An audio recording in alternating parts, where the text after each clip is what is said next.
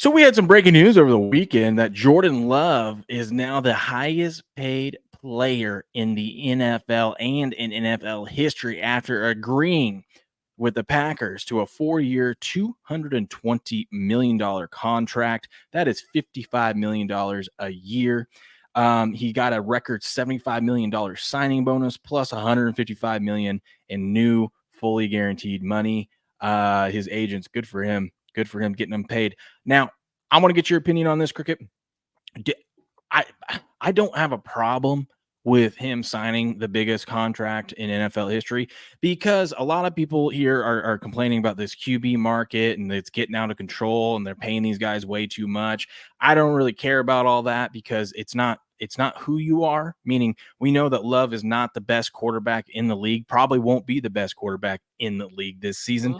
They're like, why is Patrick Mahomes not getting paid the most? Well, that's between him and his That's contract not his because deal. in the NFL, it's not who you are, it's when you are. And what do I mean by that? It means if you're one of these guys that these franchises think you're going to be their franchise quarterback going forward for the next few years, you're going to get top dollar. And then the next guy's going to get the bigger contract after you. It's just how it is. So if you're good enough, you don't have to be the best quarterback in the league, but if you're good enough to get a roster spot, you're going to get, it's just the way of the world is you're going to get the highest paid contract because that's how, I mean, we're looking at Dak. Dak might get $60 million a year now going forward. My biggest issue with this, and I think we talked about this before, is that he held out to get this contract.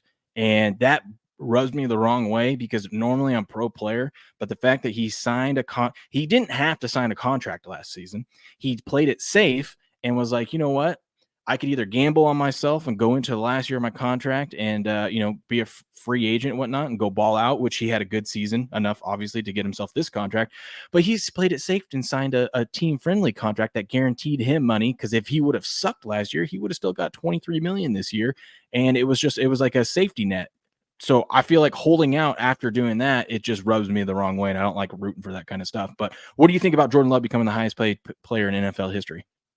Well, once again, this is the world we live in. Like you said, it's not who you are; it's when you are, and so, this is going to continue to happen. These prices are continuing to go up, and the fans and stuff like that. Like I've told y'all before, if we all just turn this shit off for about 2 weeks, quit buying merch, quit watching games and all that stuff for a couple weeks, this would have to take a drastic downtick. But we keep providing the money for all this, and then we want the product. That's what allows them to have these prices like this. But Jordan Love, I do think Jordan Love is going to be a top 5 quarterback in the league. Is he there right this second? No. Have I seen it in glimpses? Yeah, I've seen the guy play very, very at a very high level in spots. But the whole signing the contract last year, I understand you got to protect yourself and stuff like that. But if you're one of it's very hard to be a starting quarterback in the NFL. One of the hardest thing in sports right there. And if you got a good one, they're worth their weight. You don't even have to have a good one. Hell, we saw Kirk Cousins just get paid $100 million to go to Atlanta. I think they're going to be garbage. But if you can get out there and competently, you're not just garbage. You're not throwing 3-4 picks a game. You're going to get this kind of money, man. That's just the world we live in now. And I don't have a problem with him signing that safety net contract. I have a problem with him holding out. Like it was smart by him to not. I mean, yeah, you could get risky and gamble on yourself and only make a couple $1,000,000, or you could guarantee that you were going to get 23 million this year, whether you sucked last year or not. I think that was smart because that's life-changing money right there. Hell But yeah. I don't like that you held out and wouldn't participate in practices this season until you got your big contract extension. I would have more preferred that you were still at practice and been like one of the guys that said, well, if the contract gets done, it gets done.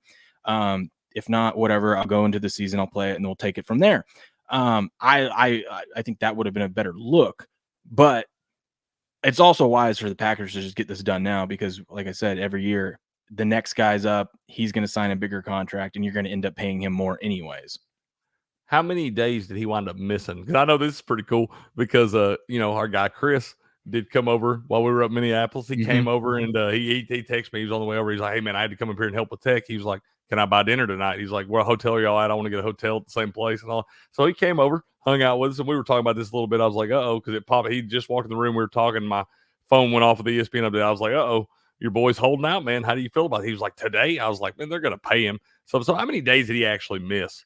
Well, he Was missed it the start of many? training camp. I think he missed at least a week, but he was there. He just wouldn't go do drills, which, I mean, honestly, yeah, there's still enough time for him to make up for it, but this is like being out there, getting in sync and getting in the flow of thing and getting your rhythm and timing down is the most important thing with this time right now. And it's very valuable. Yeah. So, I mean, he was there, he was in the facility. He just wouldn't partake in any drills that could get him injured.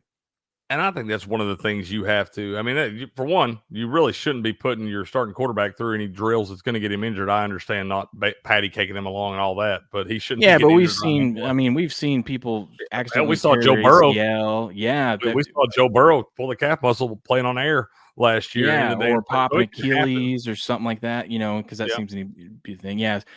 Bold says sometimes holding out proves your worth, i.e., Chris Jones. Yeah, maybe, maybe. What was funny was Chris hopped on the show with me, and he was telling me about surprising you guys when I hopped on the show for like 30 minutes with me one morning, and he was like, "Man, do you think that they're going to get this?" I go, I hear that this contract's going to get done soon. He goes, "I don't know." And then later that afternoon is when the news broke that Yeah. they got it done. But yeah, so he's the highest paid player in the league. For now, we know this usually doesn't last long. There's a lot of other guys that are the next man up. But let me know what you think in the comments below. What do you think about the Jordan Love contract extension? What do you think about him holding out? Are you excited? If you're a Packers fan, are you excited now that you got your quarterback of the future and you can focus on other things with the team? Let me know in the comments below. Make sure to smash the like button, subscribe to the channel, follow us here on Rumble, YouTube, wherever, and we'll see you on the next video.